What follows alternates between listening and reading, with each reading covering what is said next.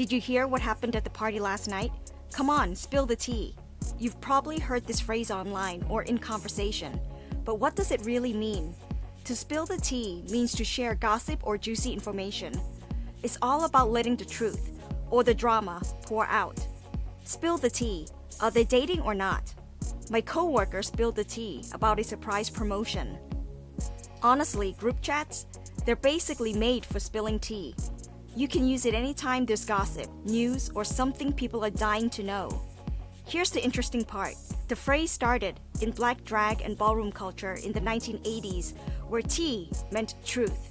To spill the tea was to reveal the truth about someone or something. Over time, tea shifted into tea. And thanks to pop culture and the internet, it spread everywhere, from reality TV to TikTok.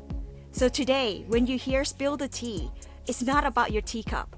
It's about spilling the tea, usually with a little drama.